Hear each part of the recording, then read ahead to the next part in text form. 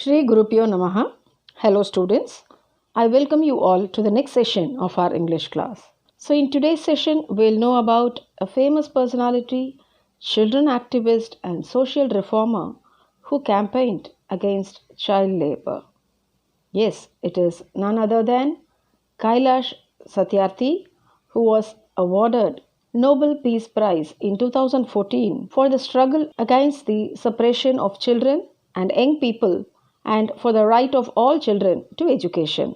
Satyarthi is the first natural born Indian Nobel Peace Laureate. So, laureate means a person who has been given an official honor or prize for something important they have achieved. So, the name of the chapter that we are going to discuss today is Set Our Children Free by Kailash Satyarthi. So, let us know some interesting facts about Kailash Satyarthi. Kailash Satyarthi, born on January 11, 1954, is a human rights activist from India who has been at the forefront of the global movement to end child slavery and exploitation since 1980, when he gave up a lucrative career as an electrical engineer to initiate a crusade against child servitude.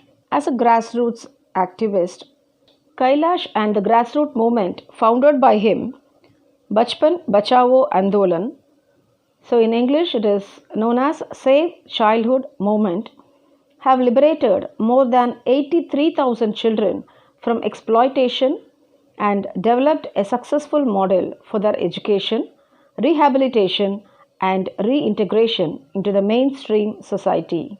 As a worldwide campaigner, he has been the architect of the single largest civil society network for the most exploited children, the Global March Against Child Labor, which is a worldwide coalition of children's rights organizations, teachers' unions, and trade unions.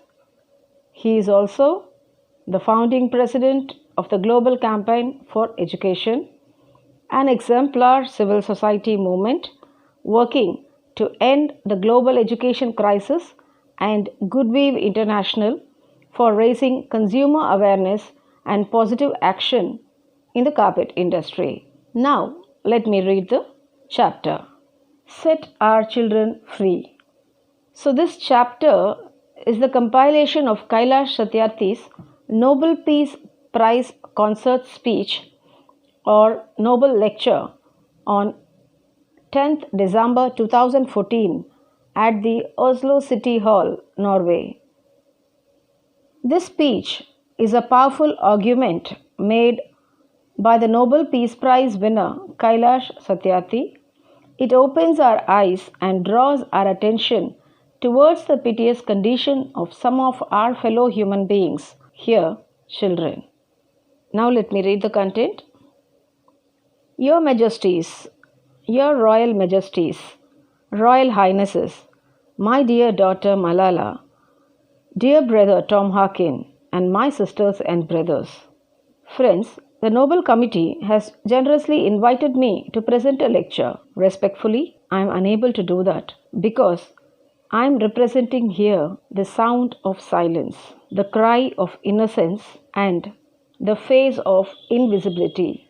I represent millions of those children who are left behind, and that is why I have kept an empty chair here as a reminder. I have come here only to share the voices and dreams of our children because they are all our children. So let me explain. The author opened up his lecture by addressing the Majesties, Royal Highness, Malala as his daughter, and Tom Harkins as his brother, and all the others as his sisters and brothers. So how many of you know who is Malala? Okay, so let me tell you. Malala Yousafzai is a campaigner for girls' education from Pakistan. She was shot by the Taliban in 2012 when she was just 14 years old, but continued her work and became the youngest person ever to win the world famous Nobel Peace Prize.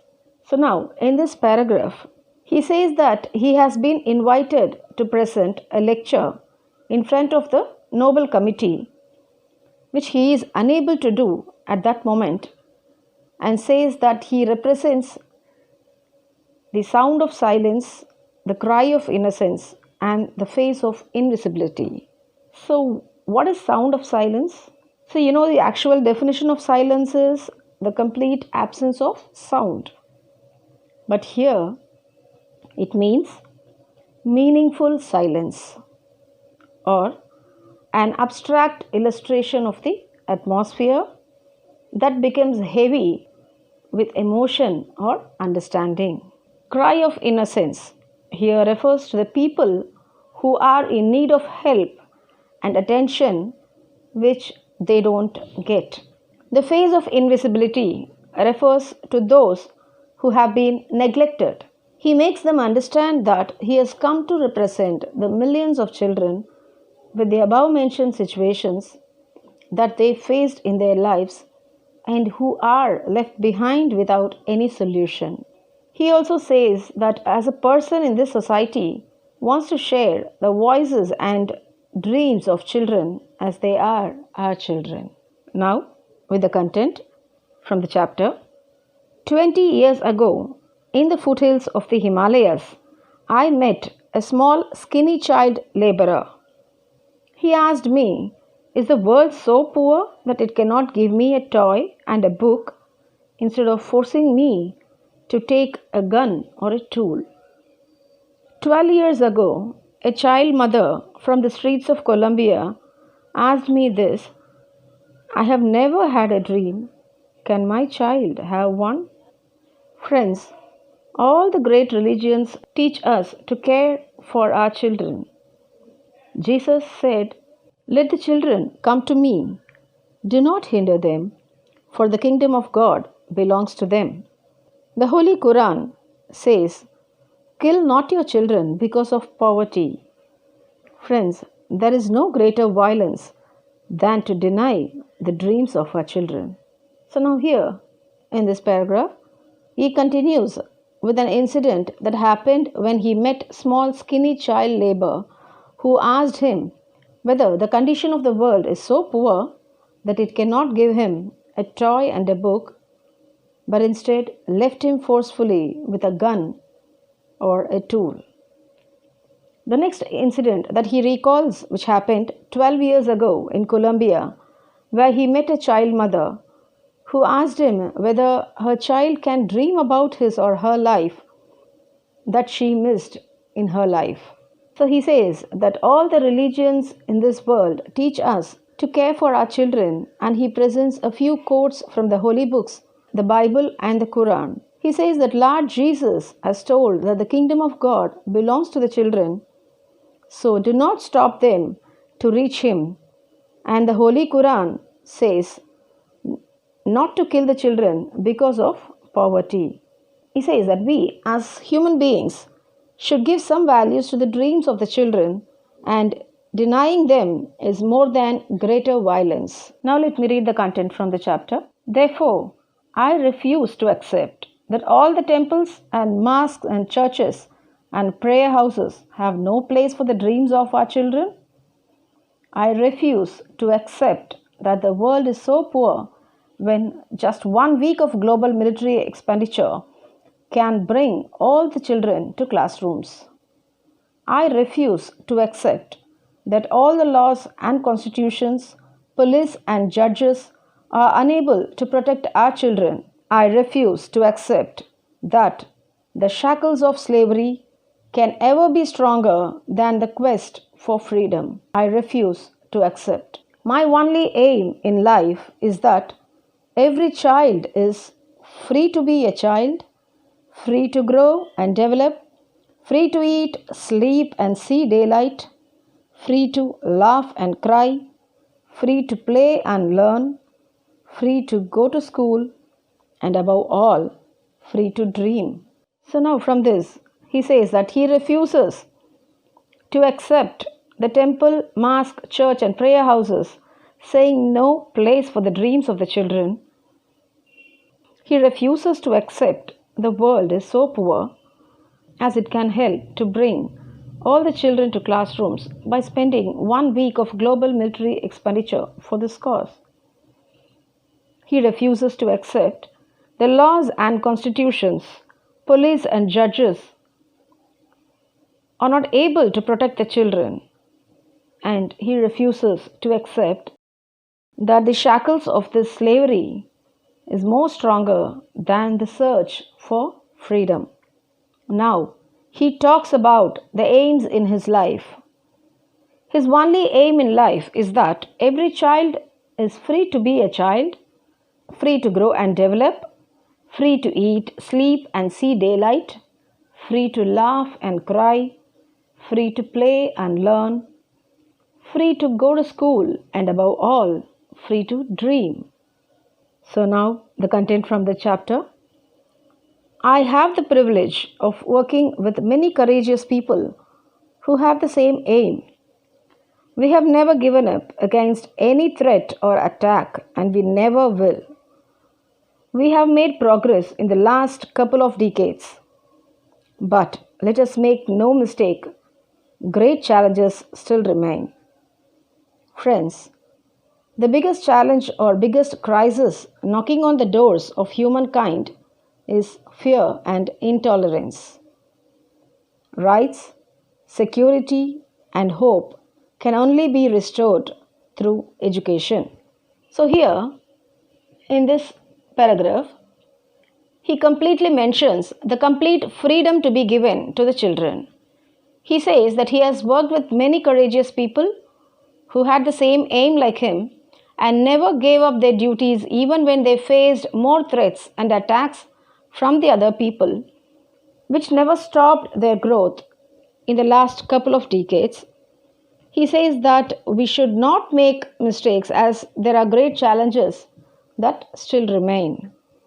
Fear and intolerance is the biggest challenge and crisis that is faced by humans.